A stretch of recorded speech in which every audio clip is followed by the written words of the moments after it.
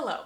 Today I'm playing a bit of a catch-up game and I'm going to be talking about all the books that I have not yet talked about on my channel that I've read. One more thing before I finally get started. This is not going to be including any of the books that I read in February because I am still planning on doing like a full February wrap-up. So this is like December and January minus all of the romance novels that I read in December. I did a whole video on that already, which you can find up in the cards, and I'll leave a link to that down below if you're so inclined. You can watch that. And now I'm finally going to actually talk about books. First is The Three Escapes of Hannah Arendt by Ken Krimstein. This is a graphic novel biography of Hannah Arendt, who is a famous political thinker, theorist, political philosopher. She's famous for coining the term the banality of evil, and this book is about her life. I absolutely adored the art style. It feels a little less graphic novel polished, if that makes sense. It's a lot of sketches and kind of smudgy stuff, but I love the way that it looked. This is an arc, but the book is now out. It came out in September 2018, and I'm not sure exactly how much has changed in terms of like art and lettering from this book to the final version, but I did really like that. I enjoyed this, but I will say, even though I am somewhat familiar with 20th century philosophy and like specifically 20th century German philosophy, so much of this still went completely over my head. I feel like I got enough that I wasn't angry at the book, because I think sometimes when you really don't understand what a book is saying, it can make you frustrated and angry. So that wasn't the case here. What else? Oh my goodness, the roll call name dropping. I guess in an effort to show the circles that Arendt ran in, who her friends were, who she was talking to, we just get so much name dropping in this. And because all of these people are very different, it can at times feel like it's just a roll call. I also thought that the way that these characters were introduced, I'm seeing if I can try and find one. So we get like this, which I just loved this kind of art style. And then we go here, which is just primarily old dudes. Is there any women? 3 up at the top here. And then you have to read this tiny, tiny, tiny font to see who they are. For the most part, I was like vaguely familiar, but if you're not vaguely familiar with who these people are, then oh my goodness, that sounds so unbelievably tedious. That was not my favorite. In the end, I think I gave it like 3 stars. I liked it. I wish that Krimstein had engaged a little bit more around Eichmann in Jerusalem, which is the news coverage that Arendt was very famous for, that caused a lot of controversy because of the way that she characterized it. There was actually a lot of outcry in the Jewish community over this. Arendt herself is Jewish. That was something I think is really interesting and worth engaging and really digging into. And I don't think we got quite enough of that, so I would have liked more there. But this was honestly a pretty cool book, and I liked it. Next, I have The Queen of Italia by Megan Whalen Turner. This is book 2 in the Thief of Italia series, which technically, I did not know this until this year, they are all standalone novels. I don't recommend treating them as such. I think you should read them in publication order, but because they're all standalone, you get a really nice resolution at the end of each book, which is just, yes, thank you, more of that. I promise I will read the next book in the series. You don't need to give me a cliffhanger. Love that. When I was reading this book, I could not help but think of Lindsay Ellis's video. I love Lindsay Ellis so much. Her video on, oh, what is it? I'm blanking. It's got P's. It is placement and payoff. And she specifically looks at it in Mad Max Fury Road, and it's just a fascinating analysis of why those action sequences aren't particularly boring. And it has to do with the fact that something is introduced and then that is what drives the action in a subsequent scene. This book does that in book form. You see it really specifically in the fact that all of the actions and just like things happening in this book have consequences, which is, you would think, a given, but a lot of times not the case. Like, I would say the vast majority of novels do not do a particularly good job of this. They abandon things in the name of driving the particular narrative that the author wants to get across forward, and this book uses consequence to drive that narrative. It makes the world feel more rich, it makes it feel more realistic, even though this is in a fantasy setting. I love this series so much. Also, Whalen Turner talks about logistics a lot. There's like some war and political intrigue stuff going on. Obviously, logistics are a huge part of that, and it could be very boring, but it's not. She makes it really interesting, and again, it makes the book more compelling. Love this series so much. This is the second time I've read this, I think. And I plan on continuing my reread of the series until I get to the good new stuff, because a new book came out in 2017, 2016. I had no idea, so now I'm playing catch up and hoping to read it, and it's just so good and I love it so much. Next, I read The Immortalists by Chloe Benjamin, and in contrast to the Thief of Italia series, this is not my fave. I did not like this very much. It's not a 1-star read, which is like, I hate it with the fiery passion of 1,000 suns. This is a 2-star, oh no kind of read. The reason behind that is I think this book was too ambitious and too big. In this book, we follow 4 siblings who have been told the date of their death, and then the book is broken up into 4 parts that follow these 4 different lives, and then what happens. And everything had to be super, super big and philosophical. There was no nuance. It was incredibly heavy-handed. The siblings are kind of on this scale of like incredibly cautious to very, very risk-takey. That's just an incredibly heavy-handed setup for like, what does it mean to really live? I'm not really into it. One of the siblings literally studies the science of longevity. Just, I want a little subtlety. I want a little nuance. I don't want to be backhanded repeatedly with the themes of this book. The metaphors used in this felt like a piano falling from the sky. There was no work involved, and I'm not saying that I really want to like work and dig for my metaphors, but I do think that as a reader, when you kind of come to that realization of what a writer is trying to do on your own, it's this beautiful, wonderful, rewarding moment. And you don't get that in this because you're being spoon-fed everything. So yeah, this, no thanks. Next I have Ancillary Justice by Ann Leckie, and I have to be honest with myself and with everybody watching. I didn't know how to say ancillary. I said ancillary. I said it every time I held this book up. Hi, this is a different version of Emily recording from her phone as I edit this and got nervous and looked it up to double check the pronunciation, and turns out you bitch got it wrong again. It's ancillary. So that's embarrassing. We can move on now. This is the first space opera that I have read in a minute, and it was, oh my goodness, so good. So good. I was just blown away and so impressed, and I loved it. In this, we follow Breck, who's like an AI entity. There's 2 timelines. In the present day, we follow Breck just in one body, and in the past, we follow her when she like ran a whole ship and had all these ancillaries, these bodies that she inhabited and controlled and like were her. First of all, what a fascinating concept. Second of all, it was just brilliantly done. I loved the setup. It was a really interesting commentary on what it means to be human, and unlike The Immortalists, while we do have some like heavy-handed metaphors around the themes of what it means to be human, we also have a lot of subtlety going on, and I loved that. This is told in first person from Breck's perspective, and Breck is from a post-gender society. Anyone that she sees, any person, is referred to using female pronouns, which was really cool to read. When Breck encounters someone that is from a society with a gender binary,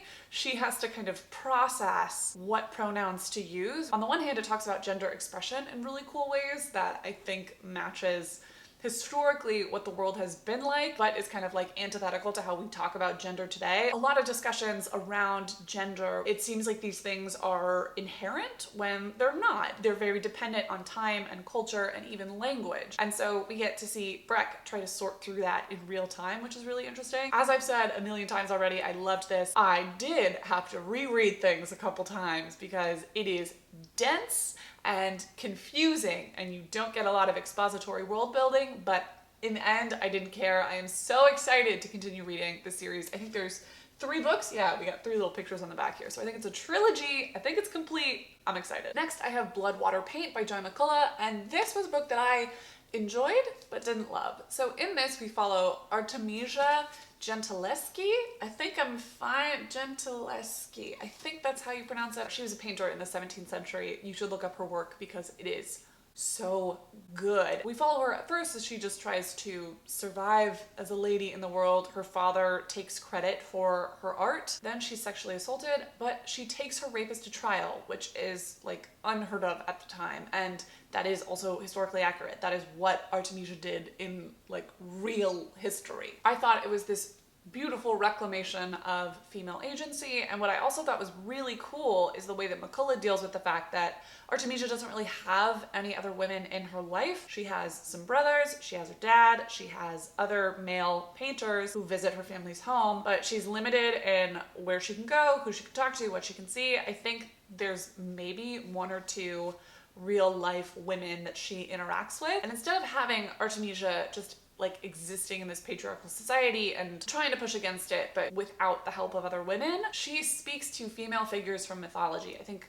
Greek and Christian. I thought it was just such a beautiful, thoughtful device to overcome the lack of women in Artemisia's life and to not let that be an excuse to have no other women on the page. So we have these figures come to life speaking to Artemisia, and it's amazing. I loved that. Unfortunately, this is written in verse, and I did not like the verse. I didn't like the writing style. I liked the pacing, I liked the character development, I liked the plot, I liked the themes. I just didn't like the verse, and unfortunately, because the entire book is written in verse, that's like a big detractor. So in the end, it was 3.5 stars for me, but that's still pretty positive, so I would probably still recommend this, I think. Next, I have Senlin Ascends by Josiah Bancroft. This is book 1 in the Tower of Babel series, and it's pretty cool, I gotta be honest. It's an adult fantasy series set in the Tower of Babel, but this Tower of Babel is kind of like steampunky feeling, and it's really cool. The setting is this book's strongest asset, and it is really, really, really strong. I still struggled with the first half of this. Senlin is our main character, and we follow him as he tries to find his wife, who he should be on his honeymoon with, but who he got separated from literally at the base of the tower before they even get in. They are visiting from the countryside to see the great Tower of Babel, to experience its delights, and then obviously they run into some problems. So the problem with that setup is that Senlin's relationship with his wife is so underdeveloped, and yet it is also his main driving force as a character, that you're not really interested in him because you don't care about his main driving force. So that poses a bit of a challenge. And then on top of that, Senlin in the beginning of this book is a fucking coward, and I hated him. What that also means is that we get a really nice character arc. So by the end, he starts to do some interesting stuff. By the end, we see him having to compromise some of his like ardently held beliefs, having seen himself in these difficult situations where, you know, you tell yourself you act one way, seeing how he's actually acting, and then having to confront his own self-perception. It took a long time to get there, and I found him so annoying in the first half that I'm kind of undecided as to whether or not it's worth getting through shitty Senlin or the good character arc. It's very episodic in terms of pacing. It feels more like The Hobbit than The Lord of the Rings, if that makes sense. I don't think that was a bad thing, that's just like how the pacing felt. Ultimately, I think I'm gonna continue the series because I liked where it ended up, but that first half, man, that was not the most fun. I realized I forgot to talk about Educated by Tara Westover. This is nonfiction. I read the audiobook, which was good, fine, nothing spectacular, but certainly nothing bad. This book I really liked. I thought it was a really solid memoir. Tara Westover was raised by religious fundamentalists, I'll say, who also were like constantly prepping for the end of the world. And also that household was abusive. She never went to school, or she like went to a few years of school, but not really. And we follow her as she goes from that point to becoming a professor at Harvard. Let me tell you, it is a ride. It was really difficult reading some of the pieces from her childhood because she had an abusive brother, both physically and emotionally. And her dad, I don't know the right word to use. I would just say that it feels like their home had a lot of negligence. I'm having a difficult time thinking of how to articulate what her parents were like, because I keep wanting to like fall back on words that feel inadequate. Her dad constantly put them in situations where their lives were in grave danger, and then when they would get grievously injured, would then put them in the same situation again. There were a lot of people suffering from burns, like catching fire. The stuff in this book was so brutal that I think if you put it in a novel and presented it to an editor, the editor would be like, this is too much.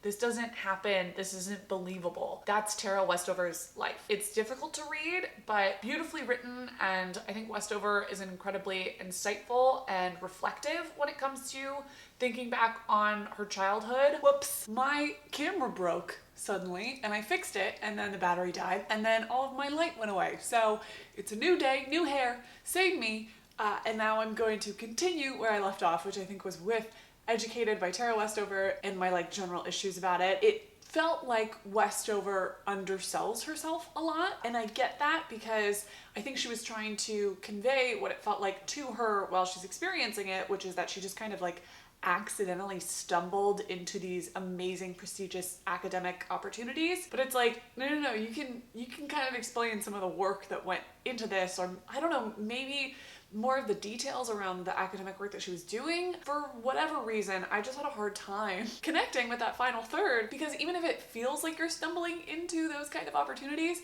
it's not just like pure clumsiness that got you there, if you know what I'm saying. So that was my issue with it, but again, that's really only the final third. It's still well written, and I think overall a really strong memoir. Next, I have The Hating Game by Sally Thorne, and I am so sorry, Chelsea. I'm so sorry. I really didn't like this. I will start off by saying that I understand why people love this so much. It's like this very beloved adult contemporary romance. We follow Lucy, who works at a publishing house, and she has a mortal enemy in the form of Josh, who is a fellow executive assistant. They share the same office space, and they're constantly like glaring at each other all the time. We go from there, obviously, romance ensues. Oof, Lucy is a dick. She sucks. I was like blown away by how much I disliked her. She's not a very developed character at all. She very much feels like this collection of quirks, and you're supposed to find that endearing, but at the end of the day, she's still a dick. She's casually fat phobic, so that's great. The core of her relationship with Josh, from her perspective, is purely antagonistic. From Josh's perspective, which we later find out, it's not. Like, he thinks they're kind of on the same wavelength and that they aren't really taking this antagonism seriously. And the second he finds out that Lucy was taking it seriously, he's like, I'm so sorry, you know, I should have stopped, it's not my intention at all, blah, blah, blah. Basically, he apologizes immediately, and I have issues with Josh as a character as well, because he's got like a possessive, jealous streak that's not super fun to read about. For me, when I was like, oh yeah, Lucy's an asshole, is when I came to the realization that she's being antagonistic purely to be antagonistic. There's no conscious element except being a dick to this person because you don't like them. Her behavior I wasn't a fan of. And then on top of that, she has no friends. She doesn't have any. There's like some lip service paid to the fact that she had one friend at one point who then got let go from the company because of like Josh's restructuring idea, and this one friend refuses to believe that Lucy is not the cause of her being let go, or that Lucy did in fact try to keep a position for this friend. And my perspective on that whole situation is that, one, either you were never friends, because a true friend would like listen to you and trust you. Trust, what a concept. I think it's like kind of important in a friendship. Or two, that person had reason to believe that Lucy didn't do everything in her power to like retain that position within the company. And based on Lucy's behavior, aka being a general dick, then like, yeah, that's a fair assessment. We could have had an interesting examination of how it is in fact difficult to make new friends as an adult, especially if you're working a lot in a city where you don't have established connections. That's an interesting story. We didn't get that. All of Lucy's character revolves around work and around Josh. And the thing is that work is nonsense. They work at a publishing house that's recently gone through a major merger, and we are supposed to believe that the executives at this company are willing to promote their executive assistants to the position of chief operating officer. As someone who works in like corporate culture, that just wouldn't happen. That's not to belittle the work that executive assistants do, because they have to work their asses off for less pay and more hours than most other people at a company. And you can have your complaints with the corporate world, but that's just like not how things work. So having her career aspirations based around that completely like ridiculously implausible scenario, I was just like, okay, I'm writing this whole portion off, which means that the only potentially interesting part of this character is her romantic relationship. Not great. Again, I'm very sorry, Chelsea. I know you love this book so much, but whew, I couldn't do it. Next I have How to Date Men When You Hate Men by Blythe Robertson. Before someone comes into my comments saying something about, well, why do you hate all men? You can literally Google this book, and in the Google preview, the author herself explains that this is not about all men, that it's like a catchy, fun title, and that like not all men dudes are so unbelievably annoying. So just don't. I cannot be fucked to care about your opinion on this if that's your take. So this book wasn't for me. It was much more of a memoir than it was like a feminist analysis of dating culture. I found that, first of all, a lot of my opinions about dating and romance just differed wildly from the authors. So like that's, you know, obviously I'm not going to connect on that level. She writes a little bit about how men are allowed to kind of analyze their relationships, and it's considered inherently more literary than when women do the same. And I think that was interesting. I just wasn't in the mood to read about someone's dating exploits. I wanted a feminist analysis of like the world of dating. That's not really what this is. There were like a couple references to like white supremacist heteronormative patriarchy, and like cool, but using those words is not in and of itself analysis. And so I was kind of like, this feels like lip service more than anything else. Wasn't for me, I'll say. Next, I have Sawkill Girls by Claire Legrand, and I enjoyed this. I read the audiobook, which was a great production. In this, we follow several teenage girls living on Sawkill Rock, which is this like isolated island somewhere on the East Coast. I don't know where. I actually think the story is better for that. On this island, teenage girls go missing. They just go missing. And so what's happening? And surprise, surprise, it is a monstrous metaphorical stand-in for the patriarchy. And I was very into that. I thought that the perspectives that we got were really, really interesting to read from. I thought the characters were very compelling. This is like a super queer book, so I loved that element. Some issues. It starts to get too explainy in the second half. So instead of continuing to lean in really heavily to things like atmosphere and keeping, you know, the descriptions of the monstrous entity more vague and therefore more ominous, we get like an explanation of what this creature is and their place in the entire like world and multiple universes, and oh, there's like a cult over here. And that specificity takes the strength away from the metaphors and from some of the greater themes in the book. When you try to explain the thing in the dark becomes less scary. We don't need to know that there's like a global conspiracy around monsters. We can just focus on this particular time and place. Like, we don't know where in the world this island is. I don't think it's ever explained except that it's on the East Coast. And so if we can be vague there, we can be vague in other places. And I think the book would have been stronger for that. Next, I have Harry Potter and the Deathly Hallows by J.K. Rowling. And I love these books so much. I will say, it's very weird reading this while the author is tweeting nonsense. I want to hold on and cherish this, you know, flawed but beloved piece of my childhood that I still derive enjoyment from as an adult. Meanwhile, the author is out there making sure everybody knows that until indoor plumbing became ubiquitous, wizards just shit themselves all the time. Please, Joanne, leave me in peace. It's weird. It's a weird time to be alive, kids. Next, I have Golden Child by Claire Adam. This is one of the first few books coming out from Sarah Jessica Parker's new imprint at Hogarth, which are all like literary fiction. I dig. This I did not dig. It's set in Trinidad in the 1980s, and we follow, I believe, an Indian family, or a family of Indian descent, I should say. There are two sons in this family, one who is the golden boy and the other who probably has developmental disabilities, but you can bet that everyone in this book refers to that son with extremely ableist language, which isn't in and of itself bad. You can have shitty stuff on the page if you're either thematically or through characters challenging those ideas. If you're trying to, you know, push back against those assumptions. And because of the way this book is structured, where the climax happens, those just aren't challenged. So the not golden child goes missing, and we follow this family in present day as they try to find him, and also in the past, looking at the two boys' childhoods. This is a book that really is about masculinity and how society treats people who deviate from expectations of masculinity. It's primarily told from the perspective of the father, who's very much this embodiment of traditional masculinity. I have read so many books told from that thematic perspective, a whole lot of required reading in high school and college, and like, I don't really want to do it now as an adult, choosing to read for my own enjoyment. The setting in this was the strongest part. Trinidad feels like a character in and of itself. The characters, though, could not connect with them, so this was not for me. Next, I have The Girl King by Mimi Yu. This is YA fantasy, and it's an East Asian inspired setting. This, I was like kind of middle of the road on. I thought it was too long. It needed to be edited down. We get 3 perspectives, and transitioning between the 3 of them is not very smooth. You kind of get pulled out of the story a little bit. And then there's a romance that is pretty central to the second half of the book in terms of character motivations, and it's really underdeveloped. So you just like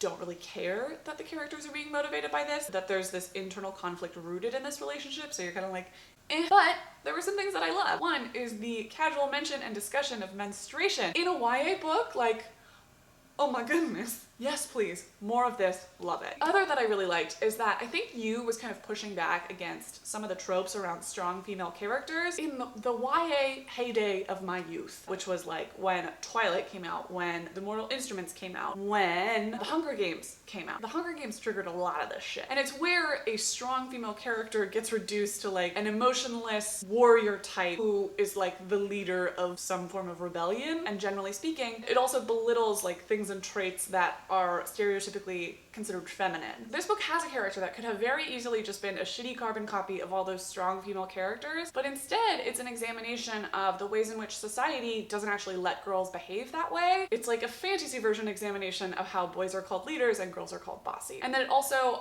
looks at other versions of female strength, so another POV character could be called very passive. I could actually see people not liking that second perspective, but I thought it was really interesting and added nuance. So those were things I thought were really cool. Like I said, had some issues with it. In the end, a pretty solid middle-of-the-road YA fantasy. And lastly, I have The Gilded Wolves by Roshni Chakshi. This, I think, is out now. I was reading a galley copy of this from NetGalley, and I really enjoyed this. I was super impressed. This is a book set in Belle Epoque Paris, and we follow this ragtag group of thieves trying to steal something. There's magic stuff going on, but honestly, it's very complicated, and I don't really feel like getting into it. But it's at its core a book about colonialism, and we see this examined thematically. We see it examined through the characters themselves, who are very diverse. They're from a wide range of ethnic backgrounds. Several of them are biracial. A lot of them are queer. One of them is coded as having autism spectrum disorder, although it's never said plainly in the text, which makes sense given the historical context. But yeah, I was super impressed with it. That's like a very ambitious undertaking, and I think Chakshi pulled it off. In making this a heist book, it plays around a lot with the ideas of ownership, of who owns objects, who owns culture, and how power plays with that. The magic side of things, little iffy for me. I do think this is gonna get compared a lot to Six of Crows, but Six of Crows, regardless of when you came into like the Grisha universe, Six of Crows is the second series in that world, so a lot of things had been established before, so I think that kind of dampens down the impulse to put everything on the page, whereas this has a ton of stuff on the page. So sometimes the world building feels like a fire hose of information to your face, but it's still pretty well done, and then the other elements of the book are so well done that I just loved it. I ended up giving this 4 stars because some of my issues with the world building, and then also, while most of the characters are super well developed, one character, it was for me decidedly less so. His relationship with other characters is pivotal in like the final quarter of the book. So because I wasn't that emotionally invested in him, I wasn't that emotionally invested in his relationship with other characters, and therefore I didn't really connect that much to their motivations in the latter portion of the book. So in the end, still give it 4 stars, still definitely recommend it. I think it's a really solid YA fantasy that tackles some pretty heavy subjects really well. So that's it for the books that I've read recently. If you like this video, give it a thumbs up, hit subscribe to see more of my face. You can find me on Twitter at possiblylit and on Instagram at possiblyliterate, and I will see you next time. Oof.